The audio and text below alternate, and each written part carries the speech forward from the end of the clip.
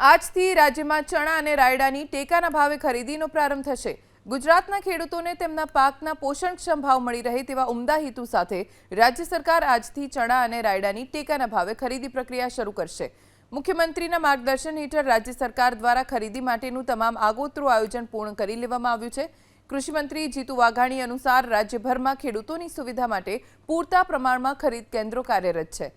ખેડૂતોએ કરાવેલી નોંધણી, વાવેતર વિસ્તાર અને ઉત્પાદનને ધ્યાનમાં લઈને ચણાની ખરીદી માટે 165 તથા રાયડાની ખરીદી માટે 60 ખરીદ કેન્દ્રો કાર્યરત કરવામાં આવશે।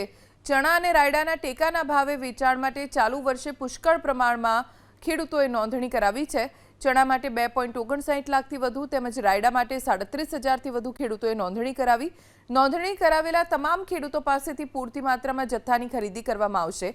નોંધણી કરાવેલા સાચા ખેડૂત પાસેથી જ ખરીદી થાય તે સુનિશ્ચિત કરવા માટે સૌપ્રથમવાર આધાર ઇનેબલ્ડ બાયોમેટ્રિક અથવા ફેસ ઓથેન્ટિકેશન પ્રક્રિયા અમલમાં મૂકવામાં આવી છે। જો કોઈ ખેડૂત અનિવાર્ય સંજોગોમાં કેન્દ્ર પર હાજર ન રહી શકે તો તેમના દ્વારા નિયુક્ત કરવામાં આવેલ નોમિની પણ વેચાણ પ્રક્રિયા પૂર્ણ કરી શકશે।